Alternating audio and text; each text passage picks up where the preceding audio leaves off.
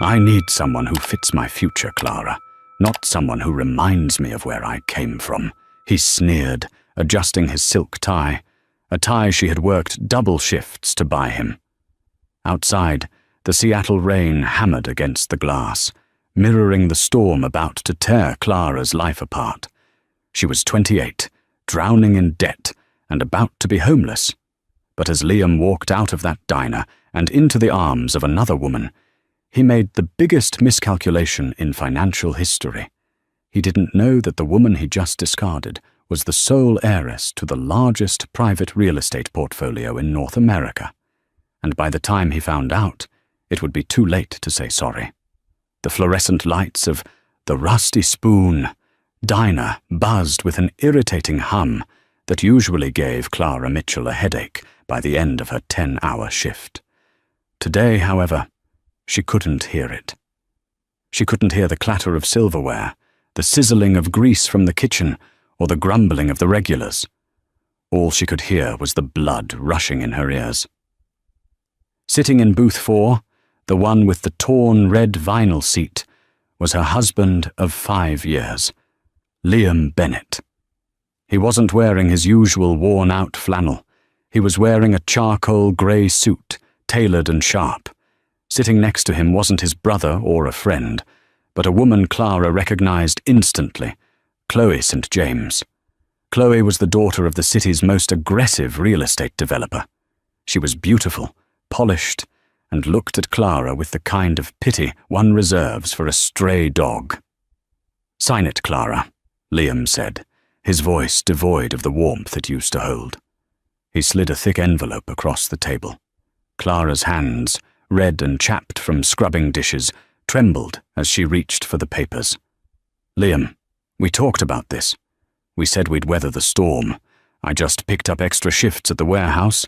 I can pay for your certification exams next month." Liam let out a short, cruel laugh. He glanced at Chloe, who smirked and checked her gold Rolex. "There is no we anymore, Clara," Liam said, leaning in. "Look at you. You smell like stale coffee and desperation.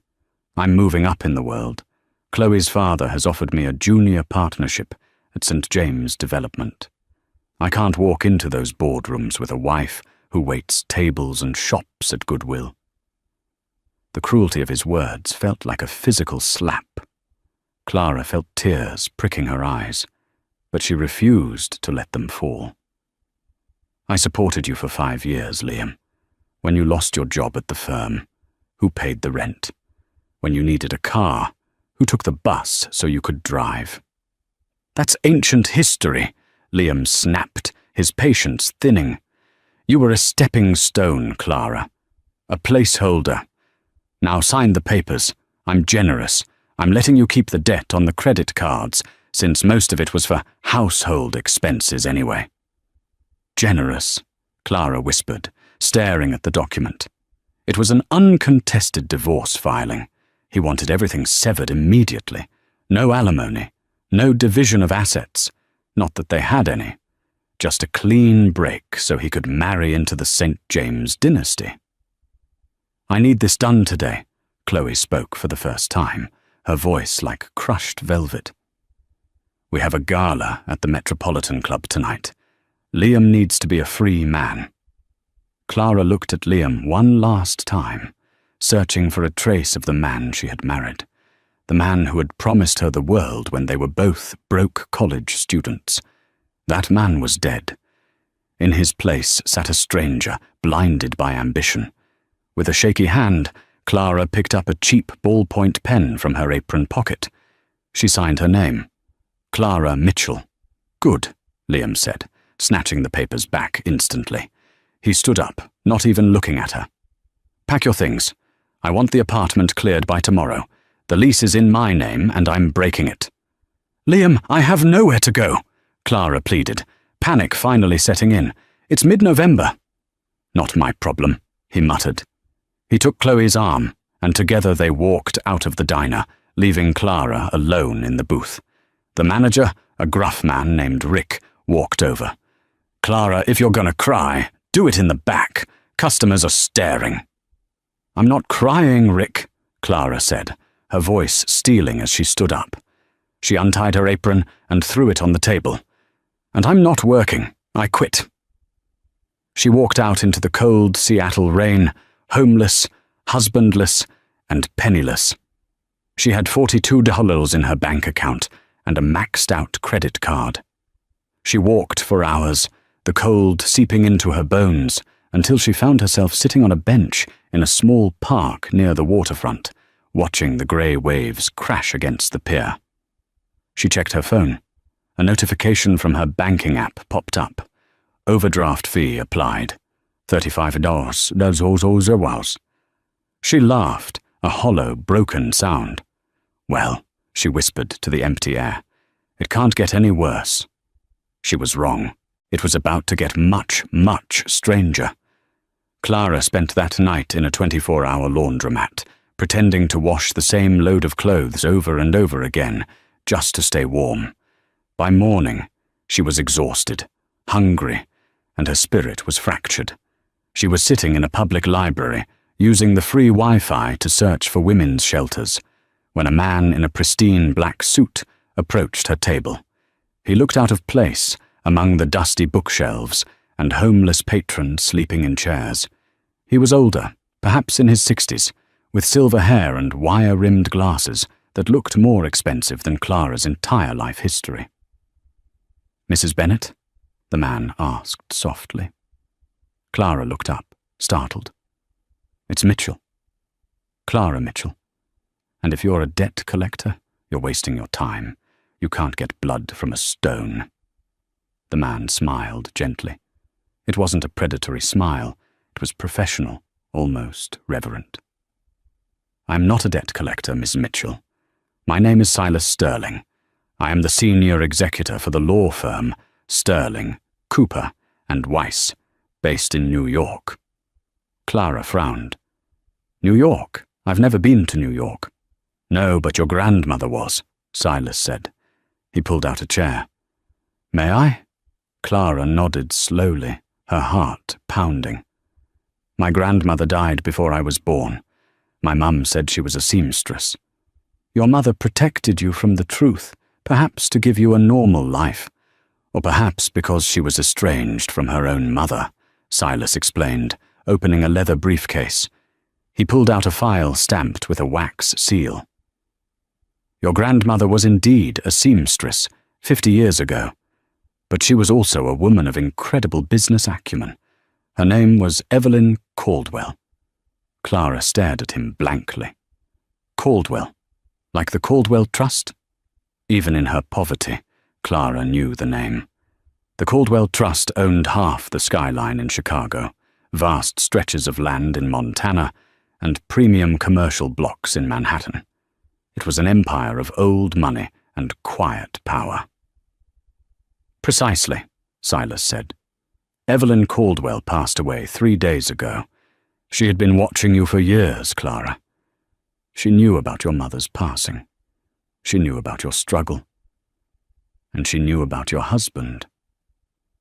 Clara felt a chill run down her spine. "She watched me struggle? She watched me eat instant noodles for dinner for 3 years and did nothing?"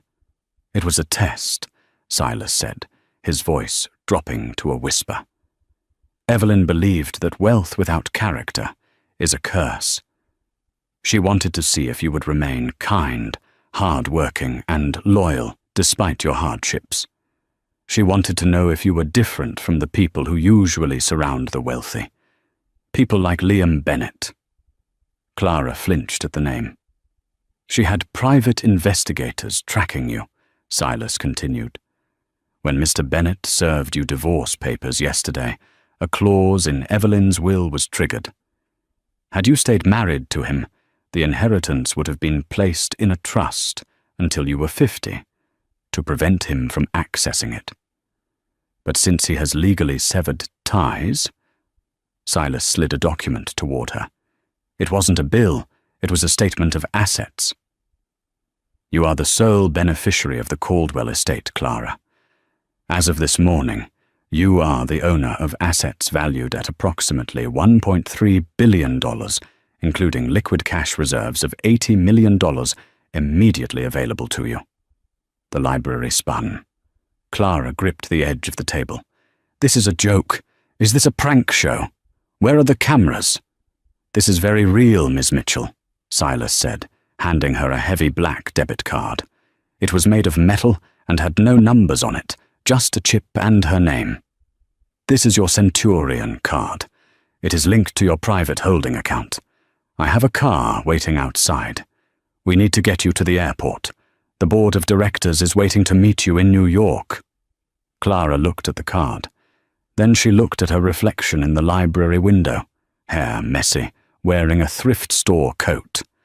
I can't go to New York, she stammered. I look like a mess. Silas stood up and buttoned his jacket. Ms. Mitchell, when you have $1 billion, you don't look like a mess. You look like you're setting a trend. However, if it makes you comfortable, we have a stylist waiting at the Four Seasons downtown to prepare you for the flight. Clara stood up. Her legs felt like jelly. Yesterday she had lost everything. Today, she owned everything. What about Liam? She asked, a sudden darkness entering her voice. Silas paused. A glint of steel appeared in his eyes. Mr. Bennett has made his choice. He chose a junior partnership at a local firm over the Empress of Real Estate. He is currently unaware of your change in circumstance. We can keep it that way for as long as you like. Or, Silas tilted his head. We can make his realization painful. Clara thought about the rain. She thought about the way Liam had looked at her in the diner. She thought about Chloe's smirk. Don't tell him, Clara said, her voice firming up. Not yet. I want him to succeed. I want him to climb that ladder. I want him to get to the very top, thinking he's won. Silas raised an eyebrow. And then? Clara clenched the black card in her hand. And then, I want to be the one who owns the ladder.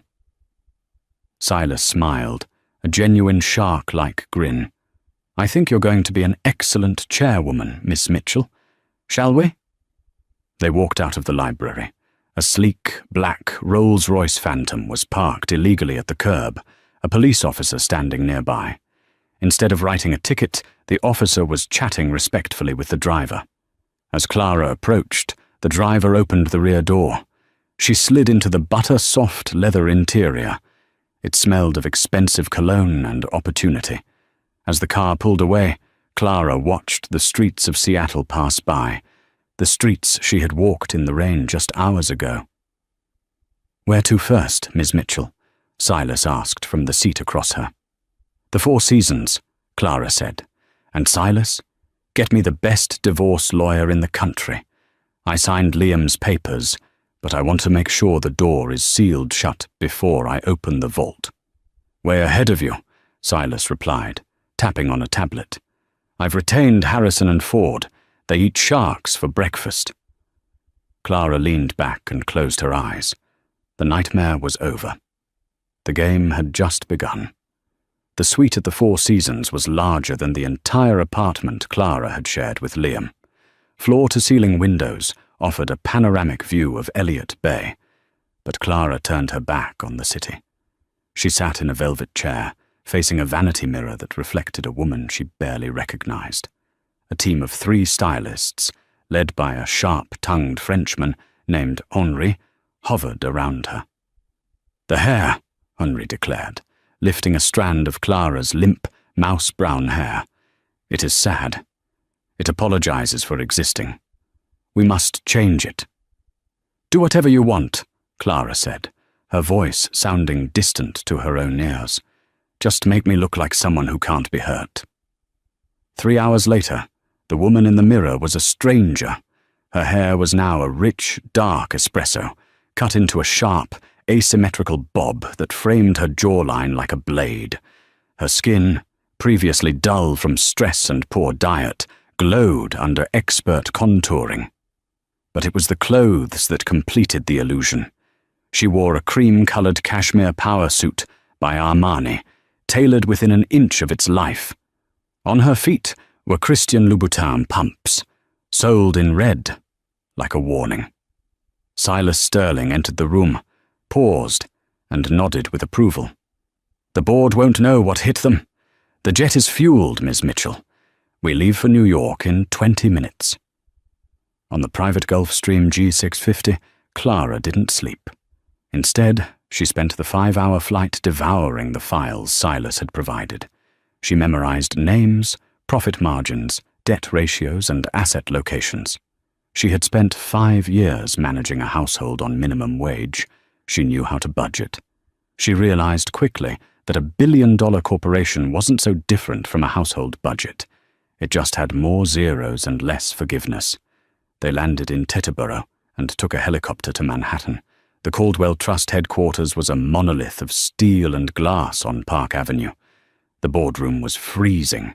A long mahogany table dominated the room, surrounded by 12 men and 1 woman, all of whom looked at Clara with thinly veiled skepticism. At the head of the table sat Tobias Rourke, the interim CEO. He was a bulldog of a man, thick-necked and red-faced. "Ms. Mitchell," Tobias said, not bothering to stand up. "This is unexpected. We were under the impression Evelyn would leave the trust to a charitable foundation, not an estranged granddaughter with 0 corporate experience." Clara stood at the foot of the table. She didn't sit. She placed her hands flat on the cold wood and leaned forward. "And I was under the impression that the Caldwell Trust saw a 4% decline in quarterly revenue under your leadership, Mr. Rourke," Clara said, her voice steady. She had memorized page 42 of the file. The room went silent. "That was a market correction," Tobias sputtered, his face reddening. "That was negligence," Clara corrected him. "I saw the portfolio. You're over-invested in commercial retail malls in the Midwest. Malls are dying. My grandmother knew that. Why don't you?" She walked slowly down the length of the table, her heels clicking rhythmically on the marble floor. "You think I'm a waitress," Clara said, looking each board member in the eye. "You think I'm uneducated trash who got lucky. And you're planning to vote to form a conservatorship to manage the money for me. I read the meeting agenda you tried to hide." She stopped behind Tobias's chair. "But here is the reality. I know what it costs to survive when the system fails you. I know the value of $1 better than any of you who have never had to choose between heating and eating. I am not here to be a figurehead. I am here to work. And if you don't like it, you can resign. My grandmother left me 51% of the voting stock. I am the majority. I am the boss." She turned to Silas. "Silas, fire the analyst who recommended the Midwest Mall acquisition." "Done," Silas said, typing on his phone. Clara looked back at Tobias. "And Mr. Rourke, you're on probation. Impress me in the next quarter, or you're next." She sat down at the head of the table. "Now, let's talk about Seattle." 8 months passed. In Seattle, the rain continued to fall, washing away the memory of Clara Mitchell. Liam Bennett adjusted his tie in the mirror of the penthouse he now shared with Chloe.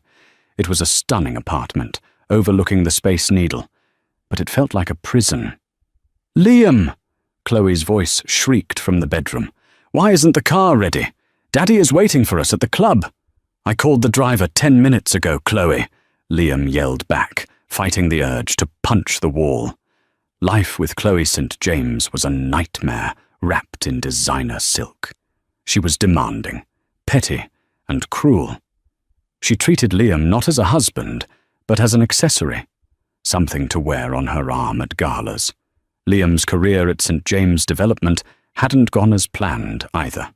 Robert St. James, his father-in-law, had given him the title of Vice President of Acquisitions, but the role was hollow. Liam had no real power. He was a glorified errand boy, sent to strong-arm tenants and deliver eviction notices. Every day, Liam thought about Clara. He thought about how she used to massage his shoulders after a long day, how she would make him coffee exactly the way he liked it. He had tried to find her a few months ago, just out of curiosity. He drove by their old apartment, but the landlord said she'd vanished. He checked social media, but her accounts were deleted. She's probably living in a trailer somewhere, Liam muttered to himself, trying to validate his choices. I made the right move. Look at this suit. Look at this view. But the view didn't comfort him, especially not with the looming crisis at work. St. James Development was in trouble. Robert had bet the entire company's future on the Obsidian Project, a massive luxury complex on the waterfront. But construction costs had skyrocketed, and the banks were getting nervous. They needed a massive injection of capital, or the St. James Empire would crumble. Meanwhile, 3,000 miles away in New York, Clara Mitchell had ceased to exist. In her place was Clara Caldwell. She had spent the last 8 months in a grueling boot camp of finance, real estate law, and corporate strategy. She worked 18-hour days. She absorbed information like a sponge. The softness was gone from her face, replaced by a cool, elegant reserve. She sat in her office on the 80th floor, looking at a digital map of Seattle. Status on the St. James debt? She asked, not looking up. Silas, who had become her most trusted advisor and father figure, stood by the window. We've acquired 60% of their outstanding loans from the secondary market. We effectively own their mortgage. If they miss one payment on the Obsidian Project, we can foreclose. Clara swiveled her chair around. She looked expensive. Dangerous. And how close are they to missing a payment? They have liquidity for maybe 2 more months, Silas said. Robert St. James is desperate. He's looking for a silent partner, someone to bail him out without taking control. Clara smiled. It was a cold smile. He wants a savior. We're going to give him a shark. Do you want to initiate contact? Silas asked. Not yet, Clara said. Let them sweat. I want Liam to feel the pressure. I want him to see the walls closing in. What is Liam's role in the Obsidian Project? Robert has put him in charge of securing the final investor, Silas replied, checking his tablet. It's a test. If Liam fails to find the money, Robert will likely fire him. And given the prenuptial agreement Liam signed, if he loses his job, he likely loses the marriage. He signed a prenup, Clara asked. An ironclad one. If they divorce, he walks away with nothing. No alimony, no assets. He's more trapped than you ever were. Clara stood up and walked to the window. She looked at the New York skyline, but in her mind, she was back in The Rusty Spoon, watching Liam throw $6 on the table. He told me I was a stepping stone, Clara whispered. He told me he needed someone who fit his future. She turned back to Silas. Set it up. Create a shell company. Call it Nemesis Holdings. Tell St. James that we are interested in funding the Obsidian Project, but we have conditions. Specifically, we want to meet the lead negotiator in person. You want to see him? Silas asked gently. No, Clara said. I want him to see me, but not yet. Tell them the CEO of Nemesis Holdings will be at the Grand Real Estate Gala in Seattle next week. Tell them if Liam Bennett can convince me to sign the check, they get their money. Silas nodded. A high-stakes pitch. Exactly, Clara said. Prepare the jet, Silas. We're going home.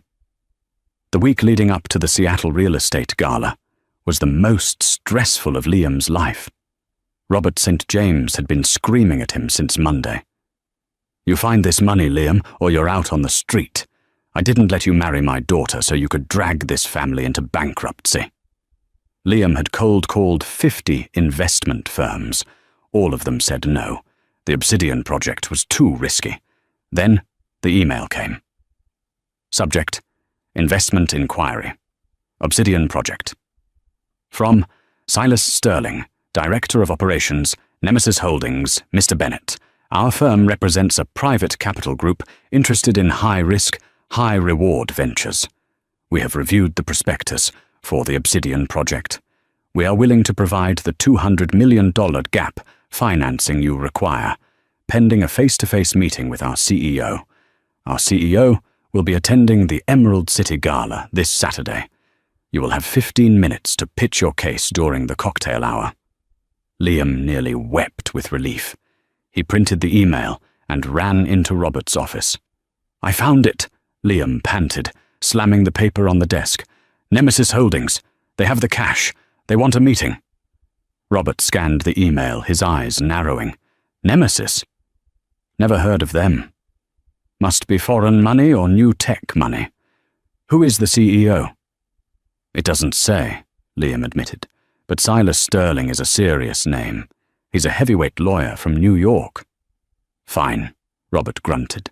You handle the pitch. But don't screw this up, Liam. This mysterious CAO holds our lives in their hands. You charm them. You lie to them if you have to. Just get the signature. Saturday arrived. The Emerald City Gala was held at the Chihuly Garden and Glass Museum, a venue of breathtaking color and light. The city's elite were there. Tech billionaires, politicians, and the old guard of Seattle society.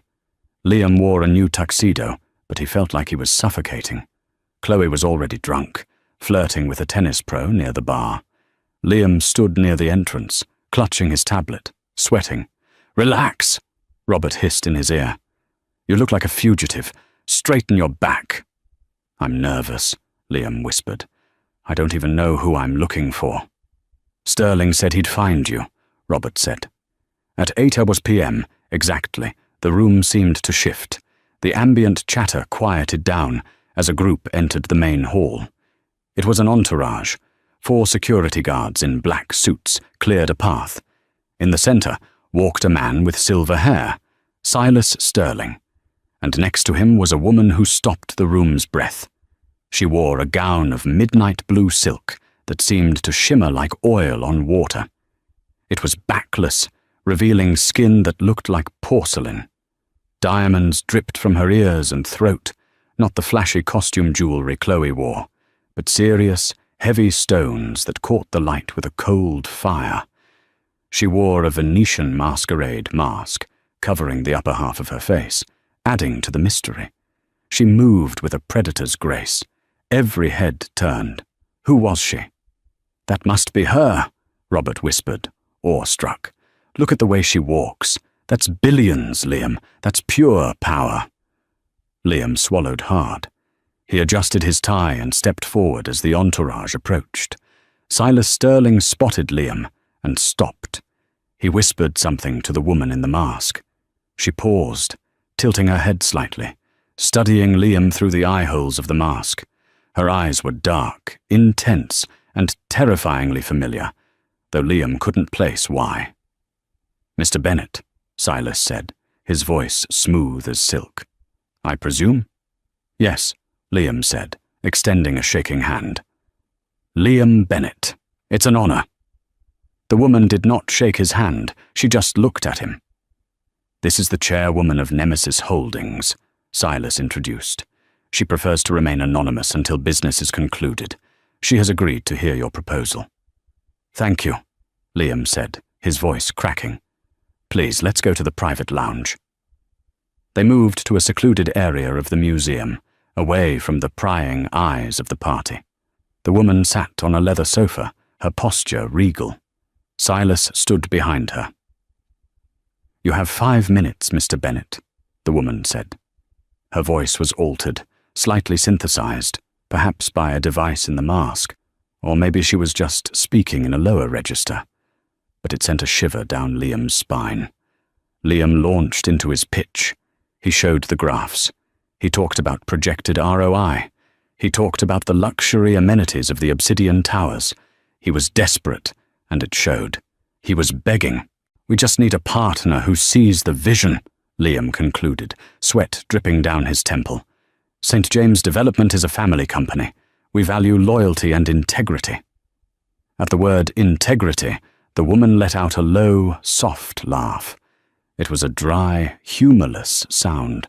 "Integrity," she repeated. "That is a fascinating word coming from you, Liam." Liam froze.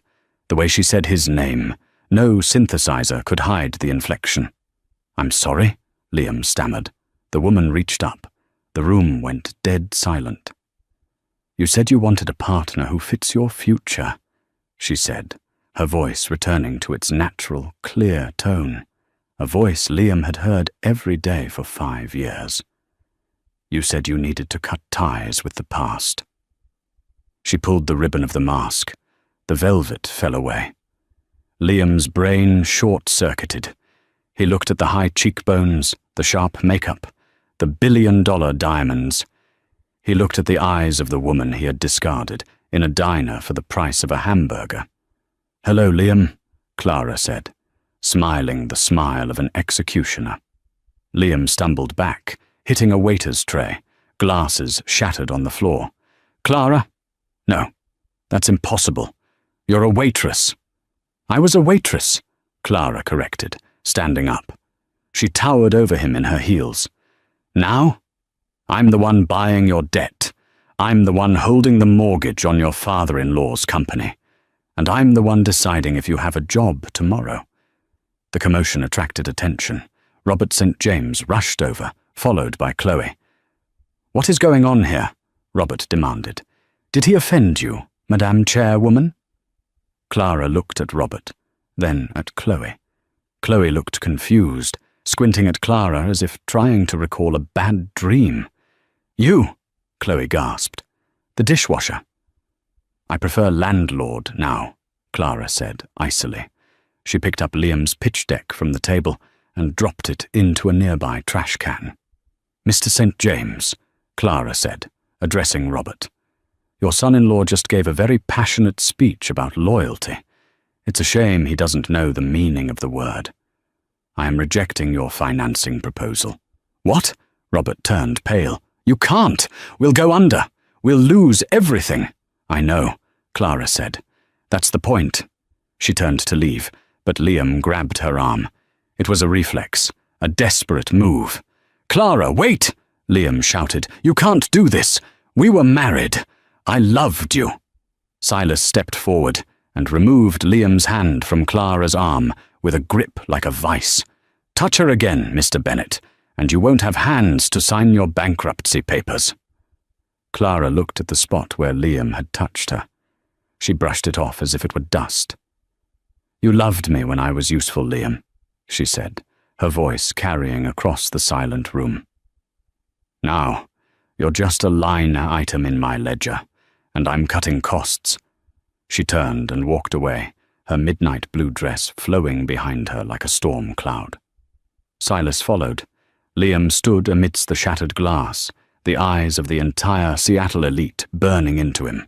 Robert St. James turned to Liam, his face purple with rage. "You knew her?" Robert screamed. "You were married to the Caldwell heiress, and you divorced her for my daughter?"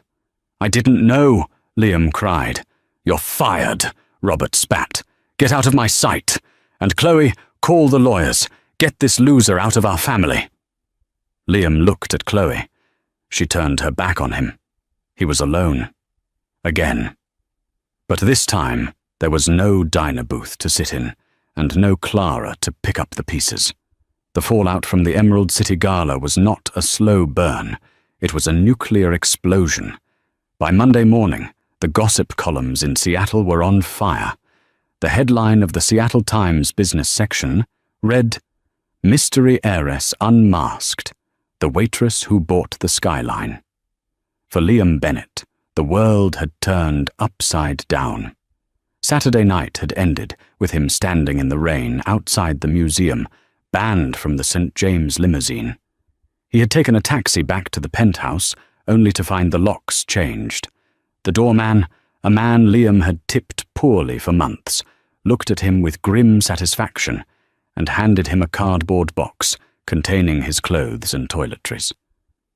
"Mrs. Bennett, sorry, Miss St. James, said you are not to enter the premises," the doorman stated.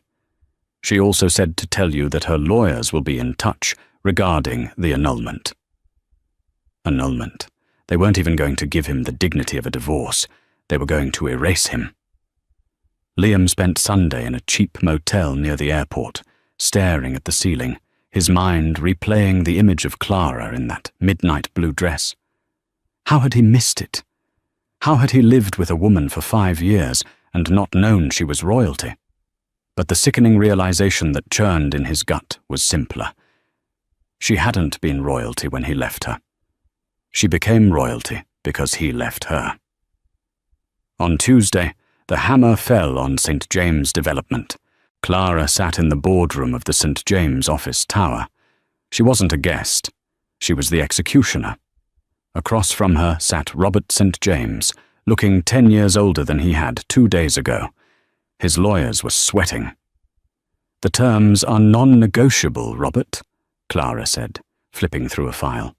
"You defaulted on the bridge loan yesterday. Nemesis Holdings is exercising its right to foreclose on the Obsidian project and the St. James commercial portfolio to recoup losses." "You can't do this," Robert wheezed. "This company has been in my family for 3 generations. You're stealing it." "I'm not stealing it," Clara replied calmly. "I bought your debt. You took the money. You failed to pay. That is how business works. Isn't that what you told the tenants at the Highland Park complex when you evicted them last winter to build condos?" "It's just business," Robert slammed his fist on the table. "This is personal. You're doing this because of Liam." Clara paused. She looked at Silas, then back at Robert. "Liam was a bad investment, Robert. We both made the mistake of trusting him. But I cut my losses. You doubled down." She stood up, smoothing her skirt. "My team will be here in the morning to begin the transition. We are rebranding the company. The St. James name is toxic." As Clara walked out of the office, she passed a cubicle near the elevators. It was empty, a half-filled box of office supplies sitting on the desk. It was Liam's old desk. She didn't stop. But Liam wasn't done. Desperation is a powerful hallucinogen, and Liam had convinced himself that there was still a chance. He believed that underneath the diamonds and the cold exterior, the old Clara, the woman who loved him unconditionally, was still there. He waited for her. For 3 days he camped out near the entrance of the Four Seasons, wearing the same suit he had worn to the gala, now wrinkled and stained.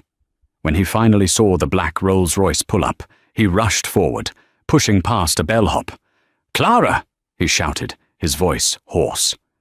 Security guards moved to intercept him, but Clara held up a hand. She stepped out of the car, looking at him with an expression that wasn't anger. It was pity. "Let him speak," she told the guards. Liam stumbled forward, stopping a few feet away. He looked at her, searching for the warmth he remembered. "Clara, please," he begged. "I know I messed up. I know I was an idiot.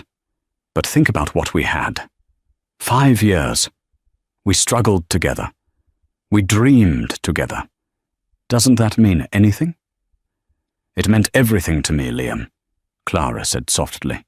"It meant enough that I was willing to work double shifts until my feet bled so you could study. It meant enough that I forgave you when you were moody or broke or selfish." "I can change," Liam cried, tears streaming down his face. "I see it now. The money doesn't matter to me. I just want you. I want my wife back." Clara shook her head slowly. "You don't want your wife, Liam. You want the woman in the Rolls-Royce. If I were still working at the Rusty Spoon, if I were still wearing that apron and smelling like grease, would you be standing here? Or would you be chasing the next Chloe St. James?" Liam opened his mouth to lie, but the words died in his throat. Under her piercing gaze, he couldn't pretend. "I thought so," Clara said. She reached into her purse. Liam's heart leaped. Was she going to give him money? A check? A key to an apartment? Clara pulled out a small, crumpled piece of paper. She handed it to him. Liam looked down. It was the receipt from the diner. The one from the day he divorced her. It showed the price of 2 coffees and a side of fries. And at the bottom, written in his own handwriting, was the tip he had left her. 600 rublos. "You left this on the table when you walked out," Clara said. "I kept it. to remind me of what I was worth to you.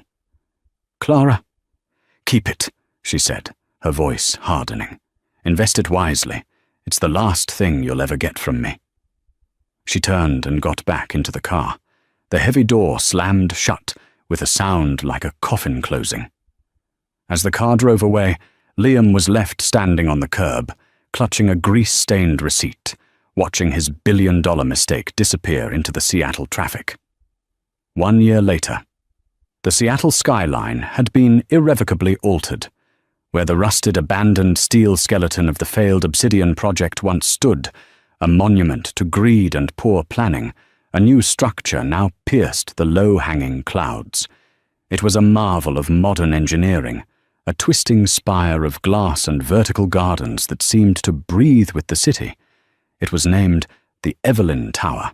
It was the crown jewel of the Caldwell Trust's portfolio, but it was also a slap in the face to the traditional real estate moguls who had laughed at Clara Mitchell just 12 months prior. The building was a revolutionary mixed-use concept. The bottom 15 floors were designated as high-quality, subsidized housing for the city's service workers, teachers, nurses, and, yes, waitresses, while the upper floors housed the most expensive commercial office space in the Pacific Northwest.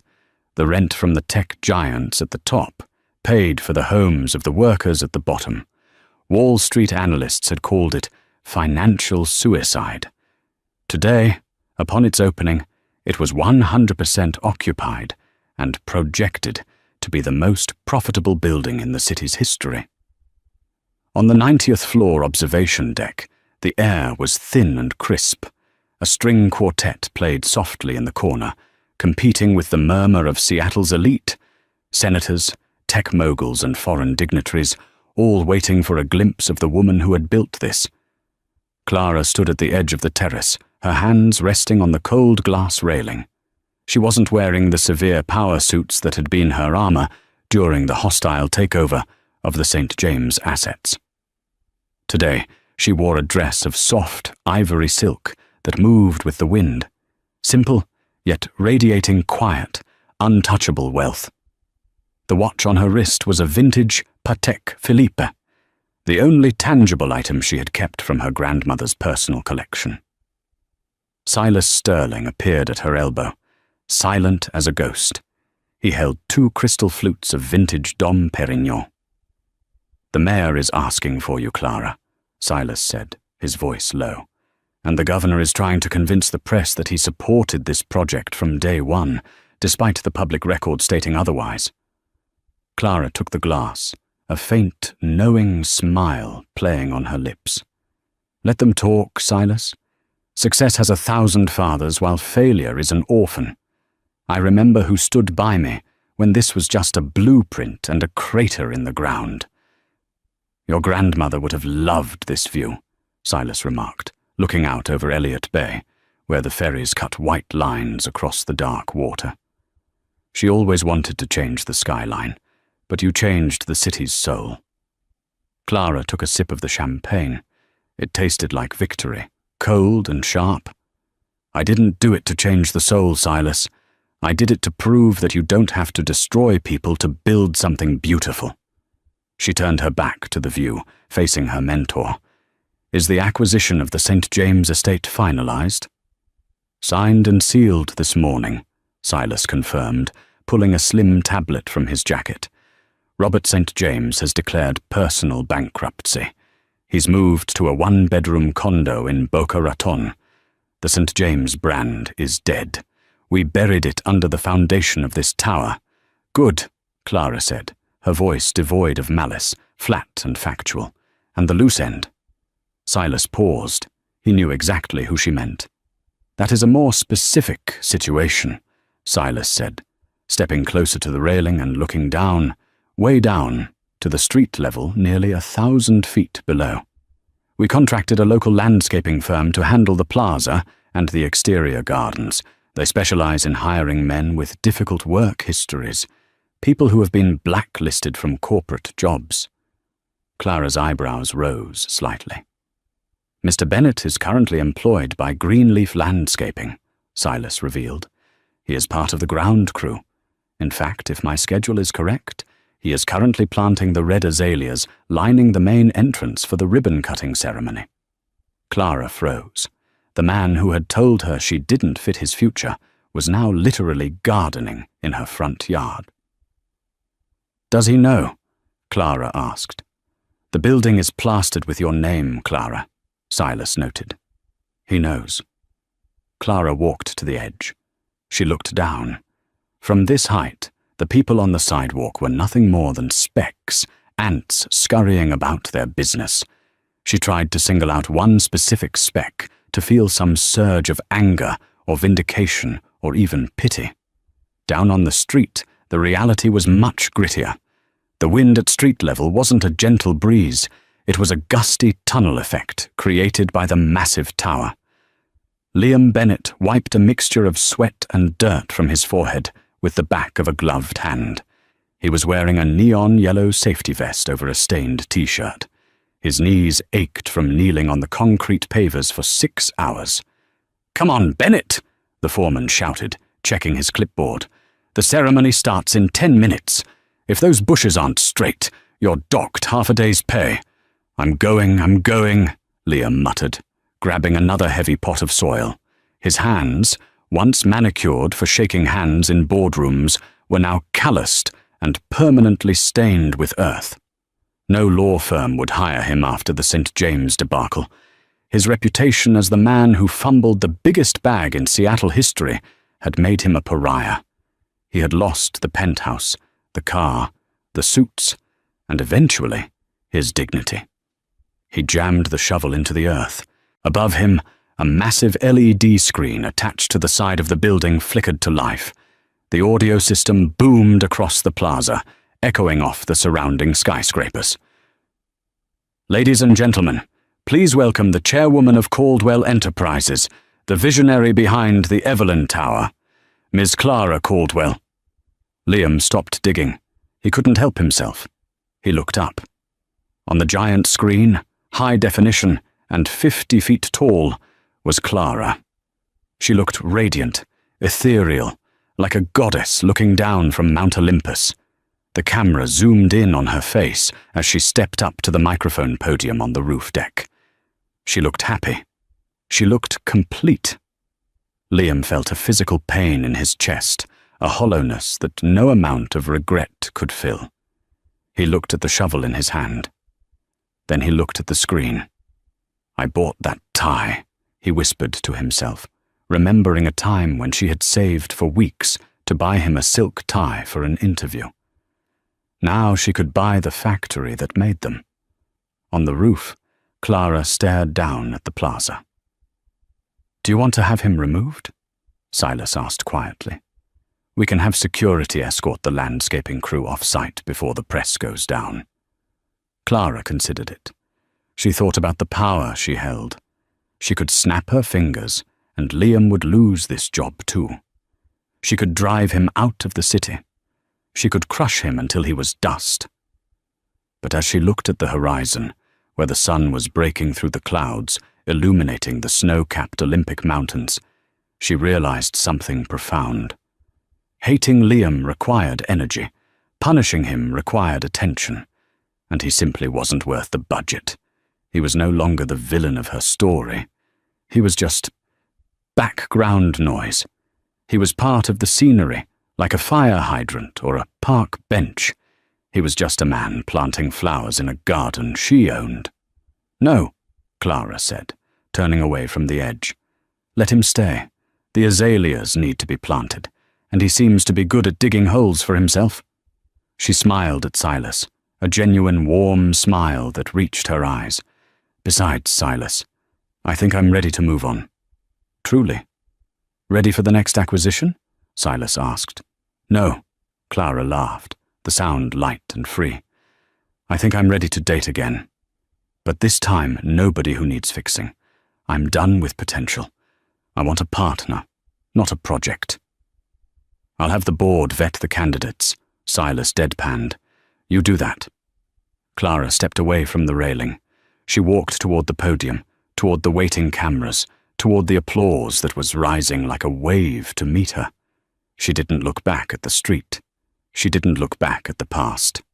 Down below, the foreman kicked the sole of Liam's work boot. "Bennett, eyes on the dirt. That screen isn't for you." Liam tore his eyes away from the image of his ex-wife, the billionaire. He looked down at the dark, wet soil. "Right," Liam whispered, his voice cracking. "Eyes on the dirt."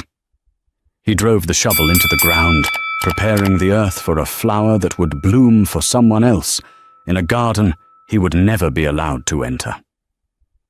The shadow of the Evelyn Tower stretched long and dark over him, covering him completely, while Clara stepped into the light. Liam spent his life trying to climb the social ladder, only to end up landscaping the very ground Clara walks on. It's a brutal, poetic justice. He wanted a wife who fit his future, and he got exactly what he deserved, a future where he is nothing more than a spectator to her glory. He is left in the shadows of the empire she built, reminded every single day of the diamond he threw away for a piece of glass. What do you think of Clara's final decision? Was ignoring him more painful than firing him? And be honest, if you were Clara, would you have gone down there to say one last thing to him? Or would you have let him dig in the dirt? Let me know your thoughts in the comments below.